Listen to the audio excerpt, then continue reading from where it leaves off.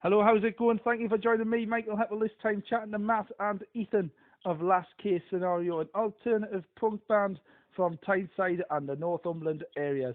Can you please introduce yourselves and your fellow bandmates and tell me their roles within the band and what you play as well? Hi, guys. Hi, Michael. Thank you for having me. I'm Matt, and thank you very much for having us. This is Ethan. So this is Matt. Matt plays lead guitar. I'm Ethan. Do quite a bit. Do vocals, rhythm guitar. I've got Cam, unfortunately can't be here today, who is on drums, and we have Dan, who is on bass and is also joining in with some of the backing vocals in there as well. Very cool. So you decided to form a band together in the summer of 2019. How did that come about?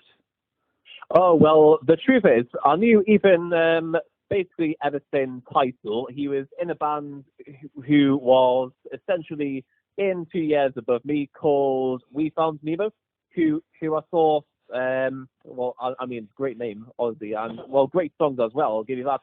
But essentially, we knew each other, but we're never closely connected until basically that year as well, when basically I put up a few.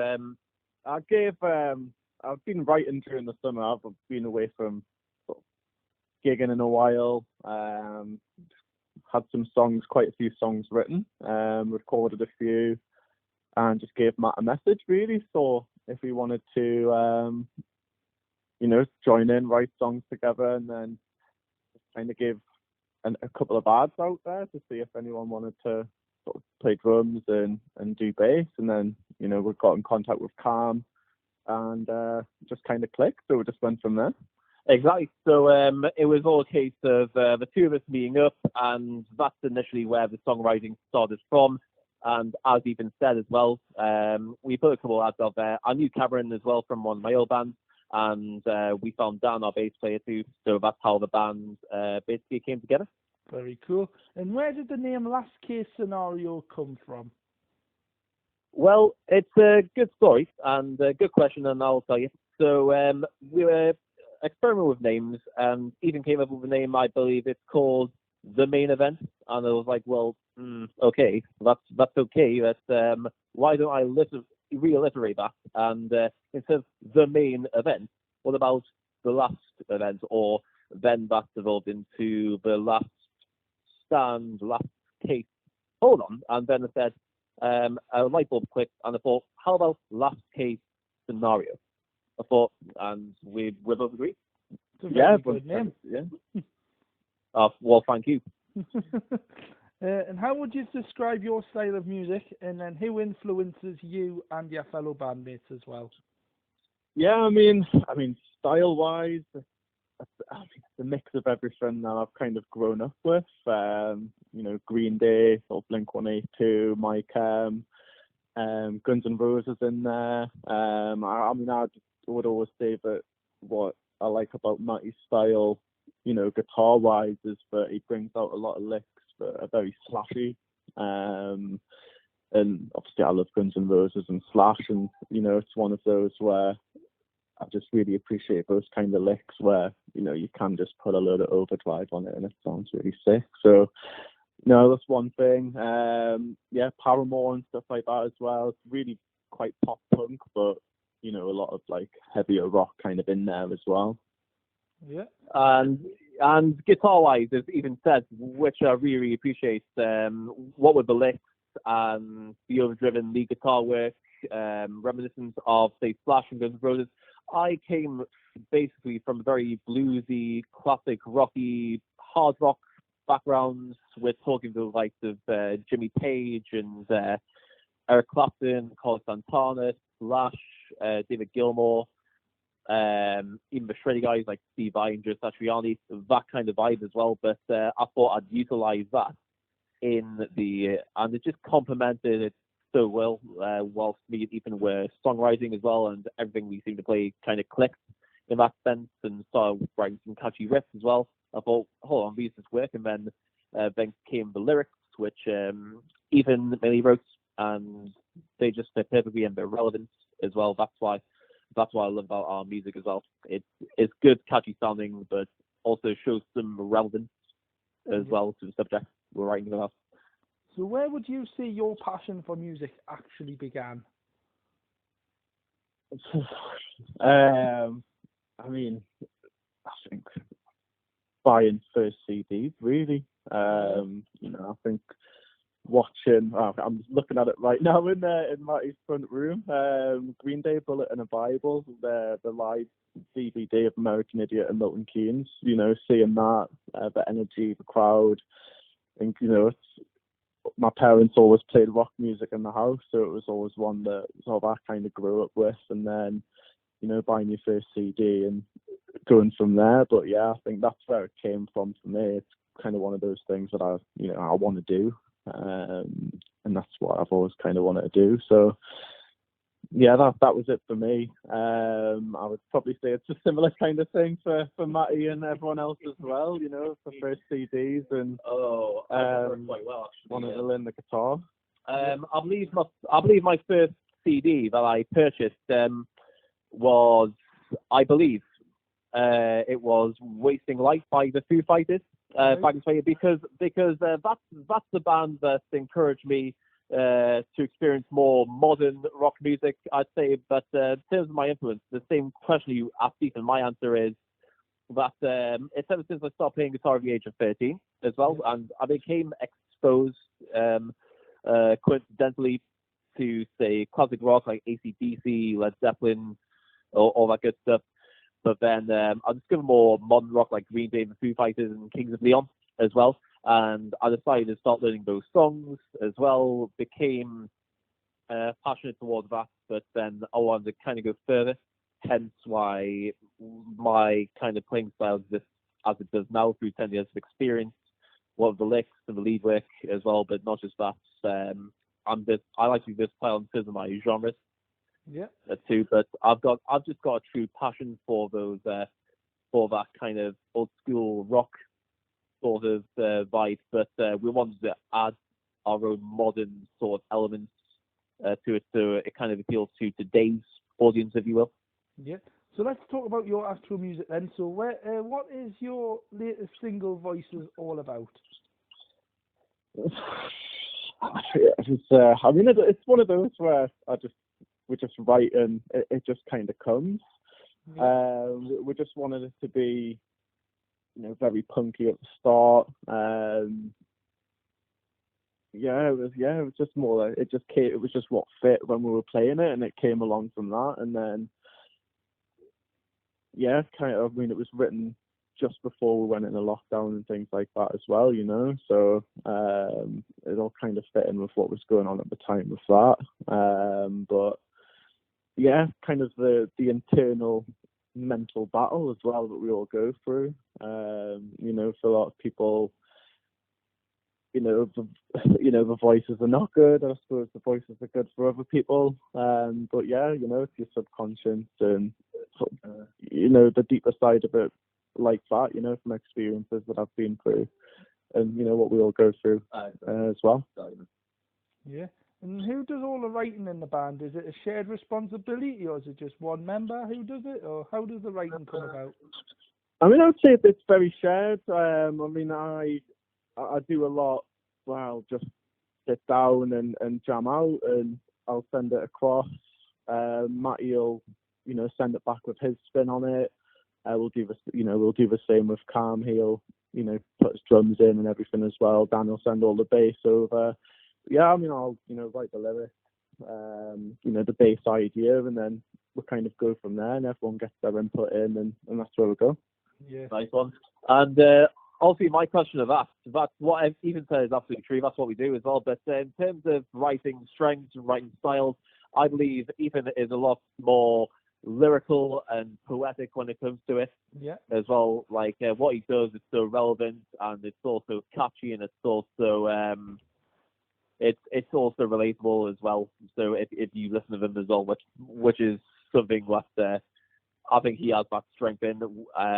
So he's great in terms of the writing, the lyricism, the poeticness of it as well. Whereas my strength, I'd say, is the more composing sort of structuring side of things. So I'll get an idea, and then I'll just build and build and build on it until it becomes a product, and then combined with Ethan's, of course, even writes the lyrics most of the time as well himself. I think those two aspects go so strongly well together, and that's what I believe makes our music click. Yeah.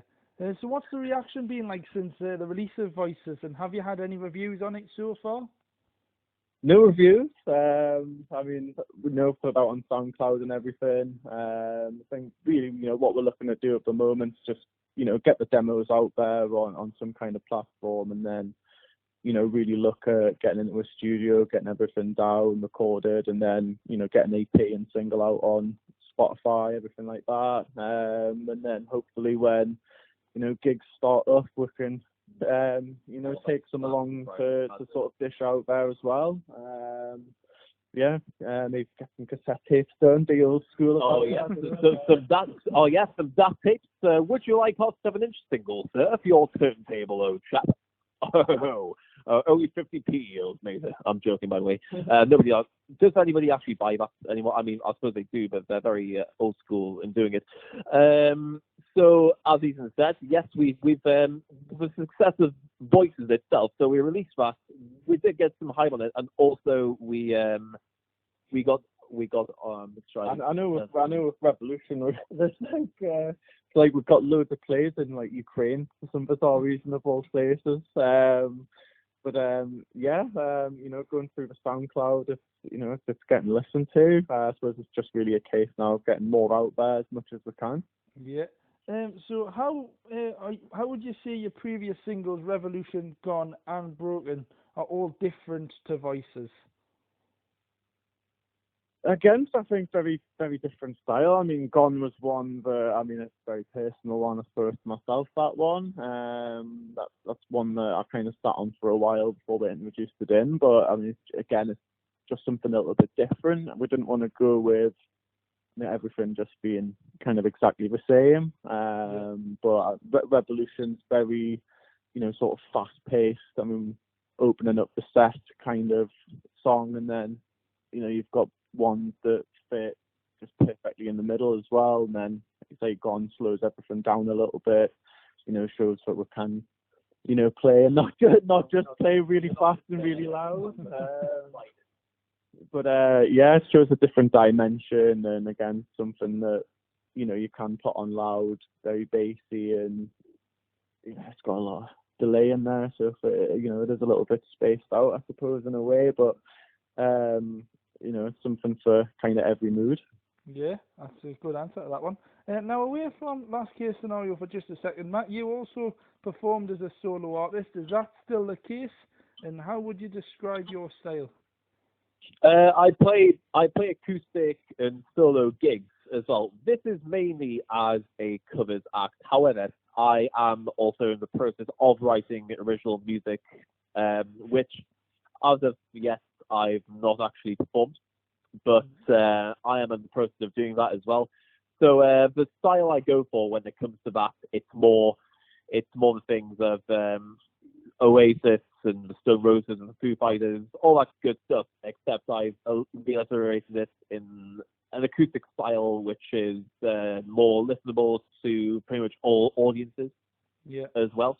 I like to be unique about it as well, so not just say like a cliche, this typical acoustic singer busker type person. I like to incorporate elements such as, say, the use of a loop pedal, which adds texture to sound and almost sounds like you've got another guitarist playing behind you, which is pretty cool. You may have heard that yourself, say, Billy Bootleggers or something. Great nice sound. Yeah. Oh, yeah. So what would you say? What would you say is the plan for the future of Last Case Scenario? Yeah, that's it. Yeah, get out there. Where the dream would be, obviously get a number one record. I suppose you never know. We'll work hard for it. Like I say, once we get out of out of lockdown, gig as soon as we can. We're ready to go. So as soon as we can get out there and start playing, we'll get out there and start playing and see what we can do in regards to getting singles out there. Get them on Spotify, get an EP out, and then just literally hit the road, so to speak, and just play gigs. And that's literally where we're going to go. So you'll see a lot of us as soon as we're out of lockdown. I think that's with a lot of musicians as well, hungry to play. I think that's a bit of a trend I'm seeing now. Dude, I am. Well, we're all itching to actually play and perform again. Because there's. I mean, yes, people have been doing these so-called online gigs, but these so-called ones like live stream. But there's no better feeling, I think, than actually conveying your music in front of an audience. Yeah. Like there's no better feeling than that. That's why my passion truly is. I love playing, I love writing, I love recording, I love performing, rehearsing, etc. But once you're on the stage, that's it. You just feel like I personally feel like I'm fully made. Ethan, of course, I'm sure feels the same as well. Yeah, you can't feel you don't get the sweatbox vibe, on your webcam, So yeah, I just want to jump around, go crazy. I think that first gig sort of back will be. I'll be going mental. I know that. I think everyone as soon as we're out will be. Ready for it. So yeah, it'll be a good time when we're all good. Yeah. And the only frustrating thing is we did have gigs booked before the lockdown actually kicked off. We had them booked. We haven't booked, but then we just lost them instantly because of the lockdown. Yeah. So And are any of them gigs going to be coming back, like the ones that you had booked before lockdown? Have they just been postponed? I don't know. I just think they just got cancelled altogether. As well. And plus the venues now, and they're really, really reluctant because of the current circumstances to hire any bands and the book bands, because it's just simply not safe to do. They're obviously nervous about the whole situation, which I know is understandable too. So we're just going to wait until it's finally appropriately safe to actually do so. Indeed. And have you got any social media links that you'd like to mention as well? How can people hear your music? Yeah, so Facebook. You can like the page on there. I think it's facebook.com and then LCS Band UK, I believe. Just LCS Band UK on Instagram, Facebook. You can always follow me on that as well. But yeah, SoundCloud as well. Last Case Scenario, we'll pop straight up on SoundCloud. I